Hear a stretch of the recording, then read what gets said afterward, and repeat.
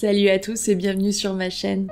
Aujourd'hui je vous propose une vidéo un peu chill, très simple, puisqu'il s'agit de la réalisation de coloriage mystère. Ce sera en même temps un petit peu comme un vlog qui relate mes premiers constats sur mes débuts sur internet.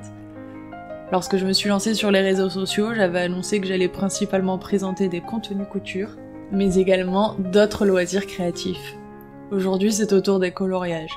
C'est une activité détente que j'aime faire parce que cela me permet de me vider la tête. Ce genre de divertissement, ça me permet également de passer moins de temps sur la partie montage et création de contenu que la couture. En me lançant sur internet, je savais que partager mes activités allait me demander pas mal d'investissement, tant sur le matériel que sur la logistique, mais aussi sur mon temps et mes compétences. J'aime beaucoup faire du montage, et ce depuis mon adolescence où je réalisais de temps en temps des vidéos pour les événements scolaires ou bien pour mon plaisir perso. Pourtant, depuis mon démarrage sur internet il y a quelques semaines, je m'aperçois que le montage et les enregistrements audio, entre autres, ça prend un temps fou et ça nécessite de bons équipements. Je me suis donc procuré du matériel convenable pour l'audio et pour la vidéo, et j'ai la chance d'avoir un bon matériel informatique à la maison, mais j'apprends encore les paramétrages sur les logiciels pour la voix et pour la vidéo, et vous l'avez sans doute remarqué dans mes précédentes vidéos d'ailleurs. Aussi, même si grâce à toutes ces technologies, il est facile de pouvoir créer du contenu depuis chez soi, je me rends compte que sur le plan logistique, c'est pas toujours évident. D'abord parce qu'il est pas toujours possible de faire de la création sans déranger ou sans être dérangé, d'avoir les bons éclairages, de ne pas avoir de bruit de fond qui viennent parasiter le son. Et quand on habite en ville, c'est pas évident. Et surtout, le matos pour faire tout ça, parce que ça prend de la place. C'est pas comme dans un studio où les choses sont posées et elles restent là, non, il faut les sortir quand on veut s'en servir et les ranger après un tournage. Ça prend du temps, ça prend de la place et on dérègle à chaque fois tout.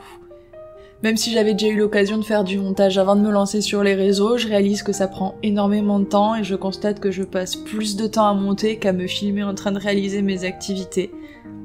En créant mon profil sur les plateformes, j'avais pour objectif de proposer du contenu avec une périodicité fixe, mais je me rends compte que c'est un engagement difficile à tenir pour toutes les raisons que j'ai évoquées précédemment. Ce qui se passe aussi, c'est que j'ai une vie à côté, comme tout le monde, et que j'ai des impératifs. Il faut donc que je revoie un petit peu mon orga et que je réfléchisse pour voir comment je peux faire pour la suite de mes aventures sur les réseaux. Est-ce que je continue de vouloir rester rigoureuse sur les échéances, soit être un peu moins perfectionniste sur le montage? Si vous avez un avis, un conseil, n'hésitez pas à le partager en commentaire, toutes les remarques sont bonnes à prendre. En tout cas, je veux pouvoir continuer à faire ce que j'aime, c'est-à-dire colorier, faire des activités manuelles, coudre, sans que cela ne devienne une corvée pour créer du contenu et m'emprisonner dans un cercle vicieux. Mon objectif, c'est de prendre du plaisir en réalisant mes passions, vous divertir et pourquoi pas vous donner envie de vous lancer vous aussi, tant dans les activités que je vous propose que de créer votre propre compte sur les réseaux. Cette aventure a déjà donné envie à mon chéri de se lancer, il a récemment créé sa chaîne Twitch, où il partage principalement du contenu sur les jeux vidéo. Vous pouvez le retrouver sur sa chaîne qui s'appelle J0923. Vous avez le lien en description si ce genre de vidéo vous intéresse, alors n'hésitez pas à le soutenir en vous abonnant à sa chaîne et en regardant ses lives. Ça fait des années qu'il me dit qu'il aimerait streamer de ses parties, et de me voir faire du contenu sur internet, ça lui a aussi donné l'élan pour essayer de se lancer. On a évoqué l'idée de faire quelques lives ensemble car il nous arrive de jouer tous les deux ensemble à des parties et on vous tiendra au courant à ce moment-là. Pour ma part, partager mes activités sur internet, même si c'est quelque chose qui demande du temps, de la logistique, de la technique et toute une organisation, ça me plaît beaucoup. Déjà, ça me donne de nouveaux objectifs et ça me donne une dynamique dans ma vie au quotidien, et ce, même pour des choses qui ne font pas l'objet d'une vidéo sur internet.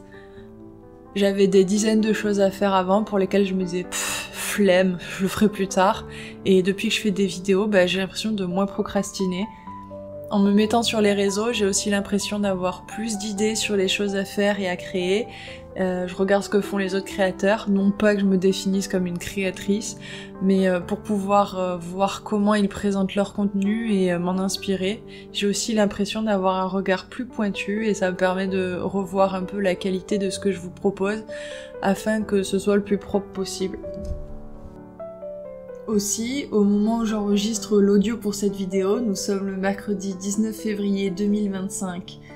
Je me suis rendue à tout hasard sur ma chaîne pour consulter l'activité et j'ai eu la grande surprise de voir que la vidéo que j'ai postée dimanche soir, soit il y a un peu plus de 2 jours, a cumulé 335 vues. Pour certains, ce n'est peut-être pas énorme, mais pour moi, c'est une petite victoire. Je suis flattée de voir que la vidéo que j'ai proposée a suscité l'intérêt de quelques centaines de personnes, et ça aussi, ça me motive encore plus à continuer. Les vidéos couture reprendront dès la semaine prochaine, et plus précisément la réalisation d'articles pour les bébés, puisque je vois mon ami bientôt et que j'aimerais pouvoir lui remettre mes petites créations à ce moment-là.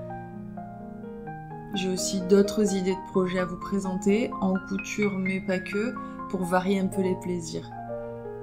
Bon, pour l'heure c'est coloriage mystère. Il y a pas loin de 10 ans, mes parents m'avaient offert ce carnet de coloriage parce qu'ils savent que j'aime ce type d'activité, mais aussi que j'aime beaucoup les Disney. Génération 90, tu connais. J'avais fait quelques coloriages avec des crayons de couleur d'écolier, mais j'étais pas trop satisfaite du résultat, alors j'avais un peu laissé tomber. Et ce n'est qu'il y a quelques années, 2 ou 3 ans à peu près, je crois, qu'en errant sur les réseaux sociaux, j'ai vu des personnes réaliser des super coloriages avec des couleurs magnifiques. C'est à ce moment-là que j'ai repris mon carnet et que je me suis renseignée sur le matos qu'il fallait pour avoir ce rendu.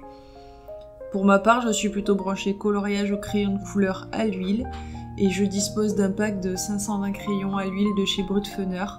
Ils sont plutôt pas mal, même s'ils s'usent vite. D'ailleurs, vous avez sans doute dû voir sur la vidéo le nombre de fois que je dois tailler mon crayon pour colorier une zone. J'ai aussi quelques crayons Polychromos de chez Faber-Castell, où on voit de suite la différence. Je les achète qu'à l'unité de temps en temps, parce que ça aussi, c'est un sacré budget. J'ai déjà essayé d'autres techniques comme le feutre ou la peinture acrylique, mais j'ai jamais été vraiment satisfaite du résultat. En carnet de coloriage, je n'en ai que 3 et ça me suffit amplement. Je suis peut-être un peu trop obtus, mais j'aime pas entamer plein de choses sans les terminer, alors j'ai pas envie d'avoir plusieurs carnets de coloriage qui sont à moitié commencés, et j'aime aussi faire les coloriages les uns à la suite des autres. Pour les carnets, je possède le tome 2 des grands classiques de Disney, donc c'est celui sur lequel je suis actuellement en train de réaliser mon coloriage. J'ai aussi le bloc portrait trompe-l'œil et le carnet Mickey et compagnie. Au cas où vous ne le saviez pas, je suis une immense fan de Mickey depuis toujours. En fin de coloriage, je passe toujours un produit de finition pour essayer d'avoir le plus beau rendu possible. Généralement, j'utilise un crayon de cire de chez Caran d'Ache que je passe sur le dessin. Ça estompe les coups de crayon, mais là je ne le trouvais pas, alors j'ai passé de l'essence sans odeur. C'est un produit liquide que je passe au coton-tige. C'est un peu le même principe, ça uniformise la couleur sur les coloriages. Et j'ai pris l'habitude de poser une feuille de papier calque entre 2 colos afin d'éviter que les couleurs ne viennent se transférer de l'un sur l'autre. J'ai déjà eu des mauvaises surprises à ce sujet.